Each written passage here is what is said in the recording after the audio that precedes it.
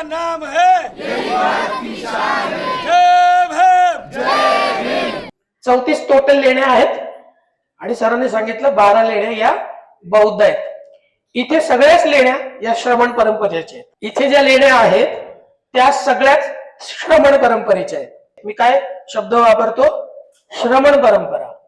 श्रमण परंपरा आज नाही, खूप अनादी कालापासून ते चालत आलेले आहे. तर त्या श्रमण परंपरेचा प्रचार आणि प्रसार करणारा जो तत्कालीन जो वर्ग होता त्यांच्या वास्तव्यासाठीच्या या लेण्या आहेत. Got it?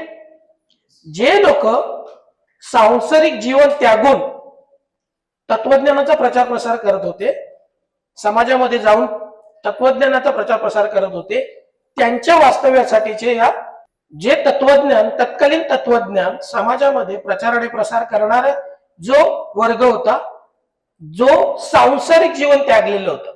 सांसारिक जीवन समजतं? ज्यांचे लग्न झालेले नसतात, त्यांचा आपला परिवार नसतो, त्यांनी विभक्त जीवन जगत असतात, त्यांनी सगळे त्यागलेलं असतं. अशा लोकांच्या राहण्यासाठीच्या वास्तू आहेत या. मग आता कोण कोण सांसारिक जीवनामध्ये राहत होते आणि मग ते आज क्लेम करतात की आमच्या लेण्या? So simple. जे म्हणतात की आमचं आहे प्रचलित, मी कोणाच्या शब्दाला म्हणजे हे नाही घालत, म्हणजे दुखावत नाहीये, पण तत्वज्ञान आपण समजून घेतलं पाहिजे, आपण वस्तुस्थिती समजून घेतली पाहिजे.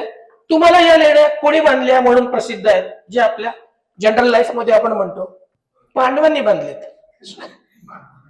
पांडव बौद्ध होते म्हणून बुद्ध कोरलेत. So simple. हा क्लेमच, हा आपण भांडत बसतो, गरजच नाही भांडत बसायची. पांडव बौद्ध होते म्हणून बुद्ध लेण्या कोरलेत. तुम्ही आता गेल्यावर काय तुम्हाला दिसतंय? बुद्धच दिसतायत ना, सम्यक संबुद्धांच्या शिल्प सगळ्याकडे दिसतात ना.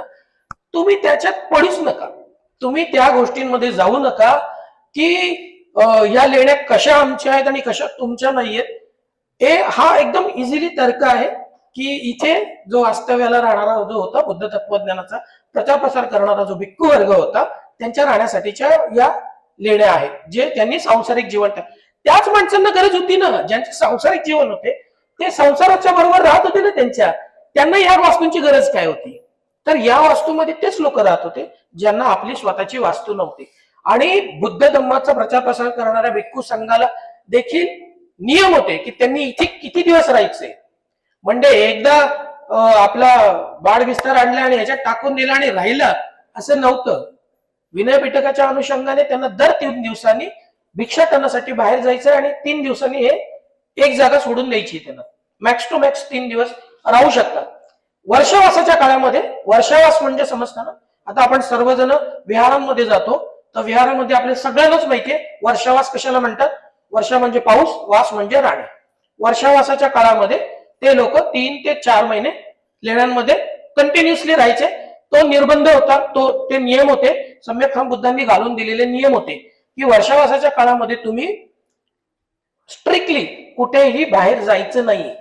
त्याच्याऐवजी जो उपासक वर्ग आहे तो लेण्यांवरती यायचा आणि लेण्यांवर येऊन भिक्खू संघाला त्यांच्याकडून ते लोक जे काही असेल भिक्षाटनासाठी जे जायचे ते त्यांना लेणीवरती आणून द्यायचे. आता अशा खास लेण्या आहेत की ज्या याहीपेक्षा मोठ्या झाल्या, म्हणजे त्यांना उपासकांची गरज नव्हती, त्याऐवजी त्यांची एक व्यवस्था होती. मग आता ती व्यवस्था आपल्याला इथे दिसते का? तर ती व्यवस्था अजिबात आपल्याला इथे दिसत नाही. त्याचे कारणच हे आहे की ते आता ती व्यवस्था आपल्या नजरेसमोर नाहीये. आता तुम्ही काय बघताय की हा जो पोर्शन आहे, ठीक आहे, या पोर्शन मध्ये एका कोपऱ्यामध्ये काहीतरी निर्माण केलेलं आहे, ठीक आहे. आता म्हणजे आपल्याकडे नंतरच्या काळामध्ये निर्माण झालेले, म्हणजे पहिल्यांदा सम्यक संबुद्ध आपल्याला फक्त स्तूपांच्या माध्यमातून दिसतात, ठीक, पण ते कसे दिसतात काय दिसतात ते मी वेळोवेळी सांगेन. पण नंतरच्या काळामध्ये बुद्ध आले, बोधिसत्व आले, त्याच्यानंतर तारा आली, भ्रकुटी आली, मग नंतरच्या काळामध्ये शेवटच्या काळामध्ये आपल्याकडे समृद्धीची देवता किंवा धनसंपत्तीची देवता म्हणून ओळखली गेलेली ही आहे एक देवता जी अशी बसलेली आहे. आता ती कोण आहे काय ते मी सांगतोच, पण तुम्ही जर बसण्याच्या पद्धती जर बघितल्या तर त्याच्यातून लक्ष देईल की तो व्यक्ती सुदृढ आहे ना, खूप मस्त आता कलाकारांनी सगळ्याच याच्यातून मांडले काय की तो श्रीमंत आहे, सुदृढ आहे किंवा त्याच्याकडे धनसंपत्ती आहे हे कसं ओळखता येतं तर त्याची जी शारीरिक ठेवण आहे त्या शारीरिक ठेवण्यामधून ते कळून येतं. तो बसलाय कसा तर एक पाय जवळ घेऊन बसलाय, दोन्ही पाय जवळ घेतले आणि मस्त रेलून बसलाय. तो टेकलाय कशाला तर पाठीमागे लोड आहे. म्हणजे याचा अर्थ काय होतं की याचा अर्थ त्या पायामध्ये लोड होता. ठीक आहे, इथे ही देवता इथे दिसते तर सम्यक संबुद्ध आपल्याला इथे दिसतात, इकडे दिसतात.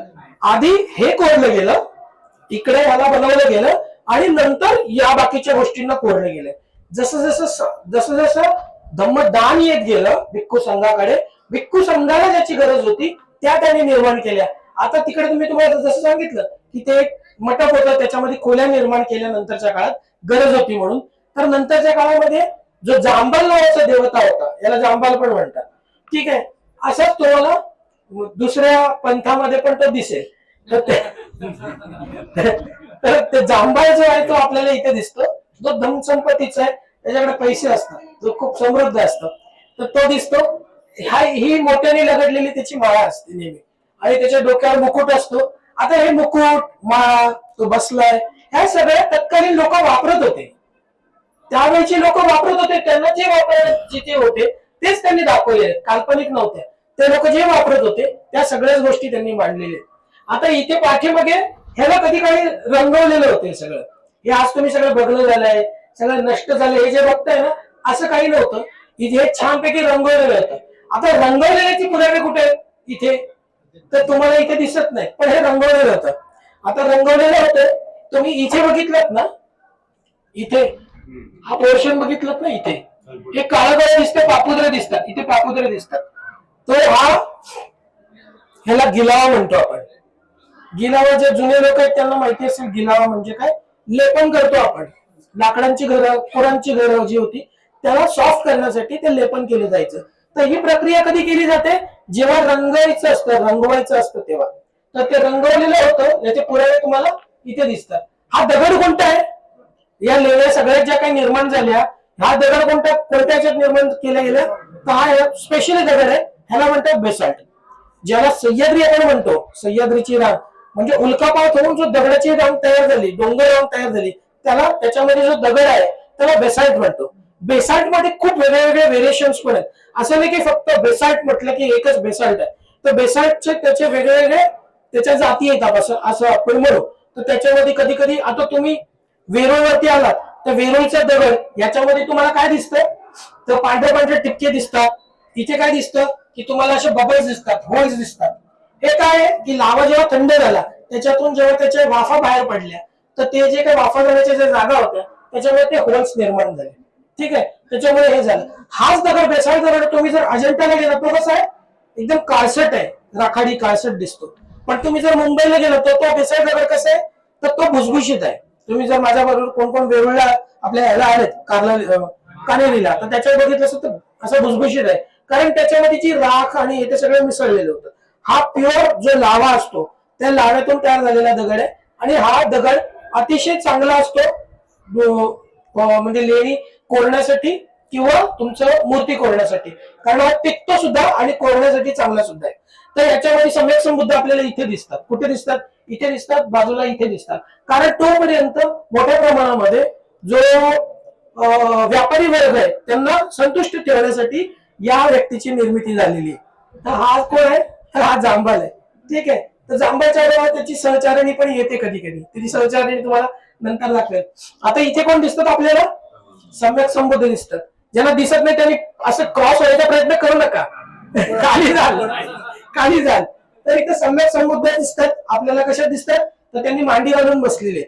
ओके, याला पद्मासन म्हणतो आपण. हे बसलेले आहेत, कशाच्या याच्यावर बसलेले तर ते कमळाच्या अधिष्ठानावर बसलेले. कमळ, कमळ कशाचं प्रतीक आहे तर प्युरिटीची साईन आहे, शुद्ध प्युअर. कमळ हा प्युरिटीची साईन आहे म्हणून नेहमी बुद्धांना कमळावर बसलेले दाखवतात. कमळावर बसलेले बुद्ध पद्मासनात आहेत. पण ही जी तुम्ही आता जे मुद्रा बघताय ही खास भारतीयांची आहे. मी आता जगभर फिरतो तेव्हा मी तुलना करू शकतो की कोणती स्पेशालिटी आहे. तर याला आपण काय म्हणतो, खास करून अशी मुद्रा असते ती, तिला म्हणतो आपण धम्मचक्र प्रवर्तन मुद्रा. धम्मचक्र प्रवर्तन मुद्रा ओळखण्याची आणखीन एक साईन आहे ती म्हणजे काय? धम्मचक्र प्रवर्तन.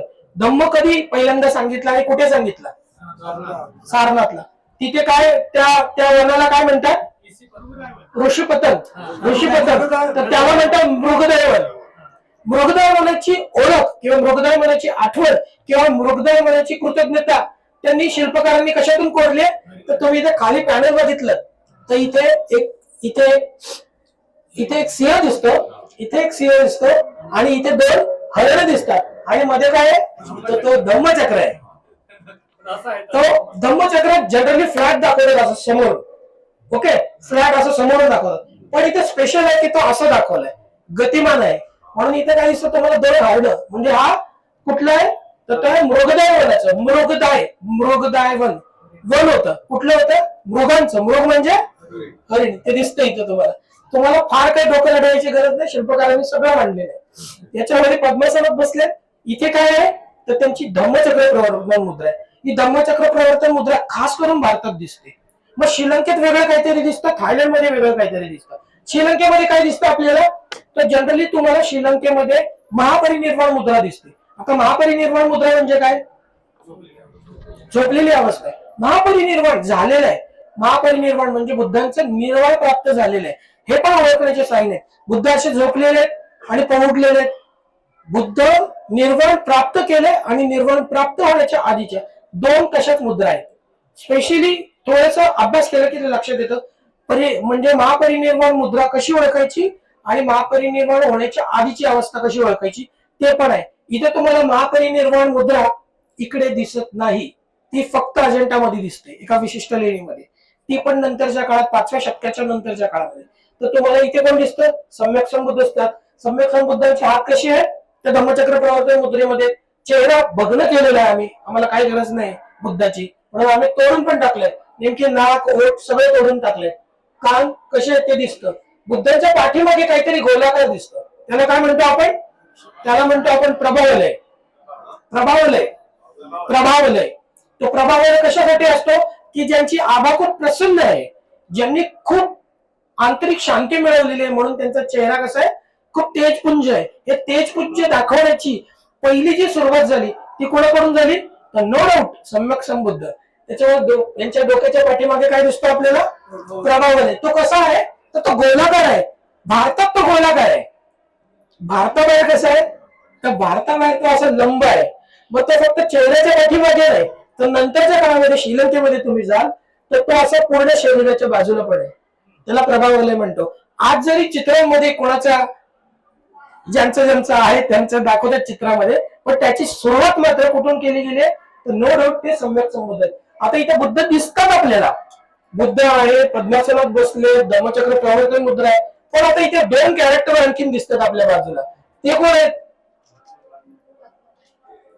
येस, 2 कॅरेक्टर आहेत. त्यांचं नाव आहे पद्मपाणी आणि वज्रपाणी. पद्मपाणी कसे ओळखतो आपण? तर पद्मपाणीच्या हातामध्ये देठासह कमळाची कळी असते. विकसित झालेलं नाहीये, विकसित व्हायचंय. बुद्धत्व प्राप्त केलेलं नाही, बुद्धत्व प्राप्त करायचंय. बुद्धत्व प्राप्त करण्याच्या दिशेने जो मार्गक्रमण करतोय, जो अजून बुद्ध झालेला नाहीये, तो ऑन द वे आहे, त्या व्यक्तीला आपण म्हणतो बोधिसत्व, जो सगळ्यांचं कल्याण करतो. आपण असं बोधिसत्व कोणाला म्हणतो? बाबासाहेबांना ती आपण दिलेले की त्यांना आपण म्हणतो बोधिसत्व. बोधिसत्व पद्मपाणी आहे, बोधिसत्व वज्रपाणी आहे. हे सगळं पेंटेड होतं, आज सगळे नष्ट झालेले. आपल्याकडे पुरावे आहेत, बाकीच्यांकडे पुरावे नाहीत. फक्त क्लेम करू शकतात की हे आमचं आहे. आणि आमचं म्हणताना दाखवतील कोणते पुरावे? तर बौद्धांचेच. पांडव लेणी कोणती दाखवतात? तर बौद्ध लेणी दाखवतात. तर त्यांच्याकडे काही नाही, तुमच्याकडे पुरावे असताना सुद्धा तुम्हाला तुमचं म्हणणं शक्य होत नाही. इतके बुद्ध नाकारले गेलेत. बुद्धांच्या लेण्या चालतात, बुद्धांची प्रतीकं चालतात, बुद्धांचे मूर्त्या चालतात, पण बुद्ध तत्वज्ञान चालत नाही. म्हणून आज आपल्या देशाची परिस्थिती कशी आहे? आपण अधोगतीला पोहोचलेलो. तर इथे आपल्याला दिसतात पद्मपाणी, इथे दिसतात वज्रपाणी, आणि आणखीन 2 वरती कॅरेक्टर आले. ते वर 2 कॅरेक्टर कोण आहेत? तर ते कसे दिसतात? तर ते यक्ष. ओळखायचे कसे? ते यक्ष असतात.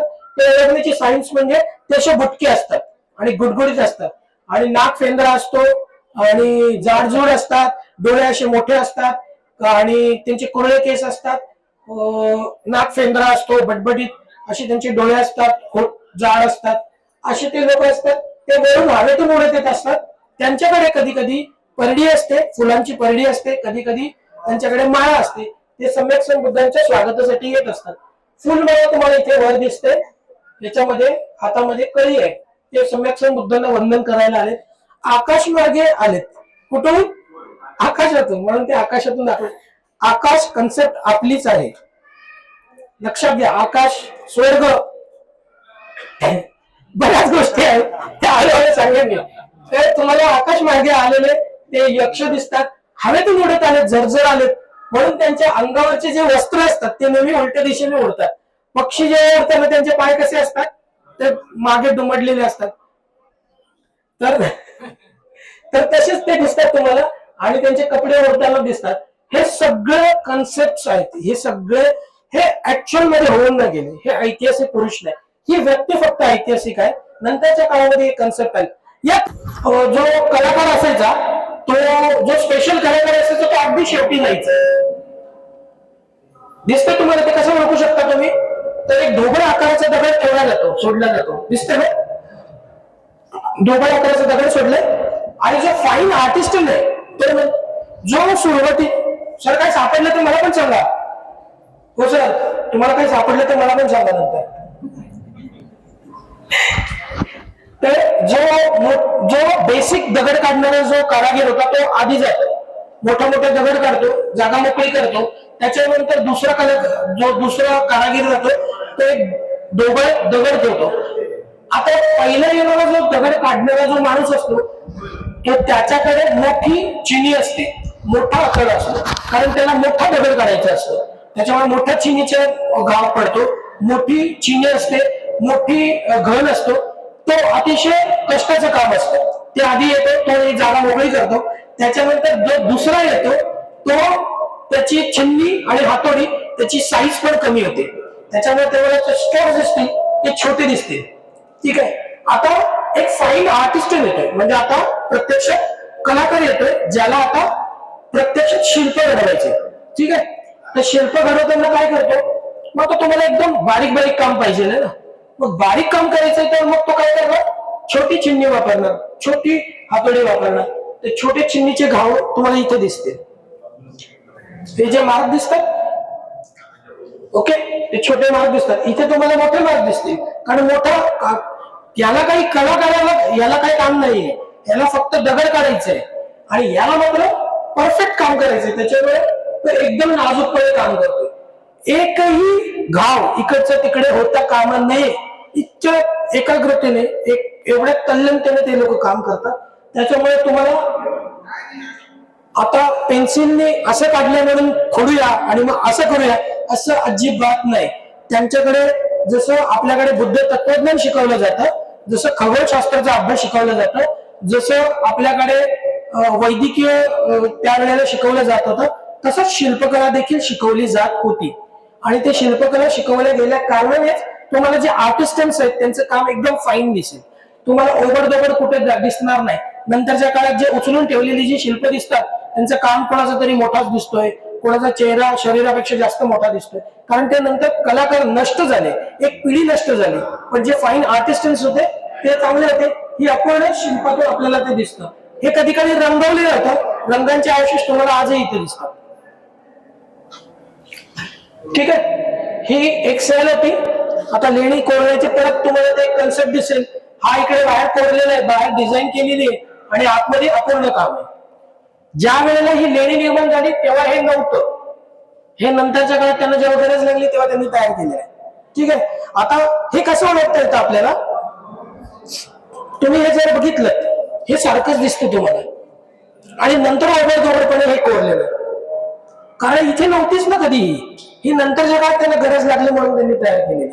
तर या गोष्टी अशा असतात की ते तुम्हाला नंतर कळून येतात. ठीक आहे. आता आपण तिकडे जाऊ. आता पुन्हा दोन कॅरेक्टर दिसतात तिकडे. दोन कॅरेक्टर कोण आहेत? तर ही जी कोण आहे, तुम्ही आता प्रचलित देवता ज्या काही समाजामध्ये बघता, त्यांची जी उगमस्थान आहेत ती म्हणजे तारा. तारा ही ज्ञानाचे प्रतीक म्हणून पण ओळखली जाते.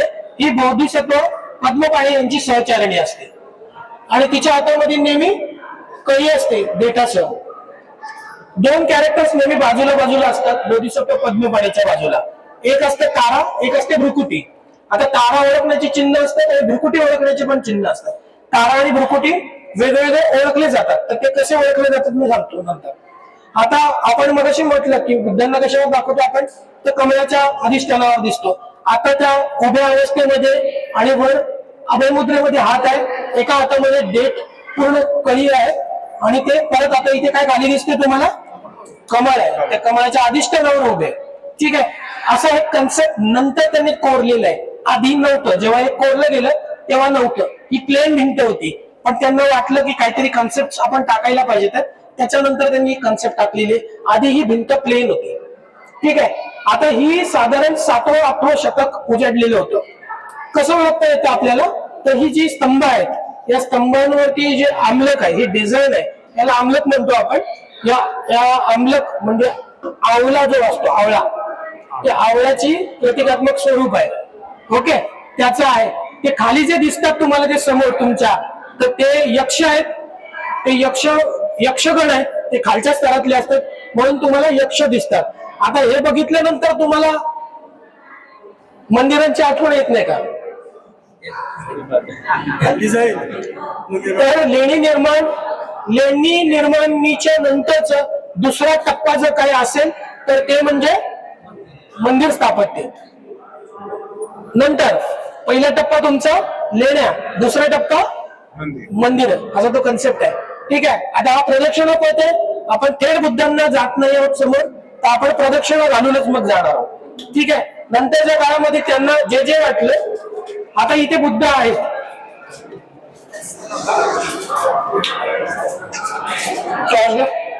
नंतर घ्या माझ्याकडून, नाही तर मग विसरून जातो. सम्यक संबुद्ध आहेत, आपण बघितलं ना वर तिकडे बाजूला सम्यक संबुद्ध आहेत. आणि ते कशात बसलेले, ते पद्मासनात बसलेले होते. मगाशी सांगितलं ना ते पद्मासनात बसलेत. आता कसे आहेत ते बसलेत, आता कसे बसलेत, तर याला प्रलंबपाद अवस्था म्हणतो आपण. प्रलंबपाद. त्यांचे पाय जेव्हा खाली असतात, लवकर वरती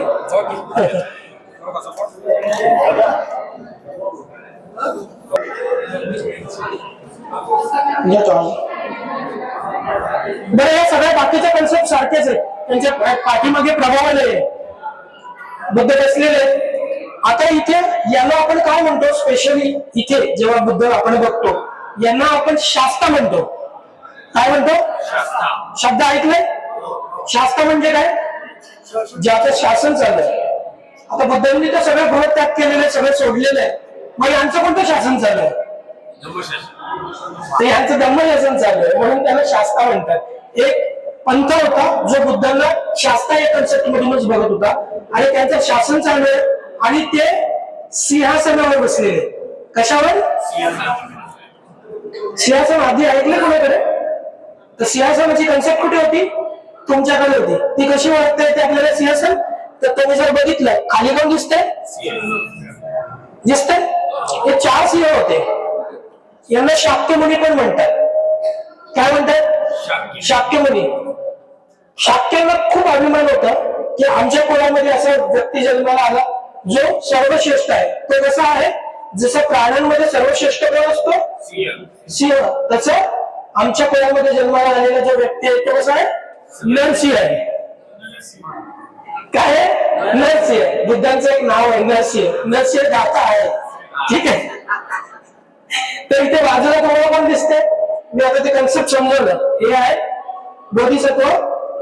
इथे 2 बोधिसत्व दिसतात. बोधिसत्व पद्मपाणी आहे, बोधिसत्व वज्रपाणी. बोधिसत्व इझी आहे, मी आता तेच सांगितलं, तोच कन्सेप्ट आहे. बोधिसत्वाच्या हातामध्ये इथे दिसते ना तुम्हाला कमळाची कळी आहे, मग ते दिसतात. ते मगाशी सर विचारत होते, ते विचारत होते की एका हातामध्ये कळी आहे तर दुसऱ्या हातामध्ये काय आहे? हा दंड आहे, हा दंड आहे आणि याला ते झालर असते. याला आपण काय म्हणतो? याला म्हणतो चौरी. त्यावेळेला विशिष्ट व्यक्तीला हवा घालण्याची कन्सेप्ट होती. आणि सम्यक संबुद्धांच्या सेवेमध्ये 2 कॅरेक्टर्स आहेत. तर ते 2 कॅरेक्टर्स कोण आहे? एक आहे पद्मपाणी, एक आहे वज्रपाणी. तर ही जनरली इसवी सनाचं 475 ते 500च्या आसपास, म्हणजे इसवी सनाचं 5वं शतक उजाडलेलं, त्याच्यानंतरच आपल्याला हे दिसायला चालू होतात. त्याआधी लेण्यांमध्ये हे कॅरेक्टर्स दिसत नाहीत. आपल्याला फक्त बुद्ध दिसतात किंवा त्याच्या आधी पण बुद्ध मूर्ती दिसत नाही, फक्त आपल्याला स्तूप दिसतात, प्रतीक दिसतात. पण नंतरच्या काळामध्ये मात्र मोठ्या प्रमाणामध्ये तुम्हाला बोधिसत्व दिसतात. बोधिसत्व कोण असतं? जो बुद्धत्वाच्या वाटेवर आहे आणि बुद्धत्व प्राप्त करून घेणार आहे. पण बोधिसत्व कधीही बुद्धत्व प्राप्त करून घेत नाही. तो मानवीय कल्याणासाठी भूतलावर थांबतो आणि सगळ्यांना दुःखमुक्त करतो. दुःखमुक्त करायचंय म्हणून तो कधीही बुद्धत्व प्राप्त करत नाही. बोधिसत्व पद्मपाणी किंवा बोधिसत्व ही कन्सेप्ट महासांगिकांमध्ये आहे. त्याच्या पॅरलल जी व्यवस्था आहे किंवा त्याच्या बरोबरीने जी उपाधी आहे त्याला म्हणतो आपण अनंत. जेव्हा तुम्ही स्थविरवादी पंथामध्ये जाता तेच पद आहे, त्याला अनंत म्हणतो. तर इकडे आपण काय म्हणतो? तर इकडे आपण बोधिसत्व म्हणतो. तर बोधिसत्व तोच व्यक्ती असतो की जो सर्वांच्या कल्याणासाठी प्रयत्न करत असतो, दुःखमुक्त करत असतो. तर बोधिसत्व हा जनमानसासाठी काम करतो. अनंत फक्त स्वतःसाठी अनंत पद प्राप्त करून घेतो, तो दुःखमुक्त होऊन जातो. तो इतरांना दुःखमुक्त करू शकत नाही. अशी बुद्ध तत्वज्ञानामध्ये आहे. अनंत पद प्राप्त करू शकतो, तुम्ही करू शकतो, मी करू शकतो. अशा अनंत अनेक होऊन गेले आणि त्यांचे अनेक स्तूप आपल्याला मिळालेले आहेत. तुम्ही जेव्हा कधी कानेरीवर आलात तर तुम्हाला ते मी दाखवेल. अनंत झालेले आहे. अनंत पद प्राप्त कसं करता येतं? तर ती तत्वज्ञानाच्या जोरावर मिळवता येतं. ती तुम्हाला असं कोणी देईल असं नाहीये, तर तुम्हाला ती आंतरिक शक्तीतून मिळवावी लागतं. ती उपाधी असते की जो दुःखमुक्त झालाय, ज्याने सगळ्या दुःखांवर मात केलेले, अशा व्यक्तीला आपण अनंत म्हणतो. त्याच्या आधी आपण काय होतो? तर आधी आपण उपासक असतो, त्याच्यानंतर स्तोत्रपन्न होतो, सकुदागामी होतो, अनागामी आणि नंतर अनंत. अनंत झालेल्या व्यक्तींची शारीरिक धातू जतन करून मग त्याच्यावर स्तूप बनवण्याची आपल्याकडे प्रक्रिया होते. आणि ते शारीरिक धातू वरती तयार केले 80 स्तूप कानेरीवर सापडलेले आहेत. किती? 80. तर हा कन्सेप्ट आहे. इथे आता 2 कॅरेक्टर अजून नवीन इंट्रोड्यूस झाले. इथे एक स्त्री आहे आणि एक पुरुष आहे. ते कोण आहे? त्यांना आपण म्हणतो विद्याधर. तर हे जेव्हा जेव्हा मंगल प्रसंग असतात तेव्हा तेव्हा येतात. तर ते देखील हवेतून उडत येतात. कसे?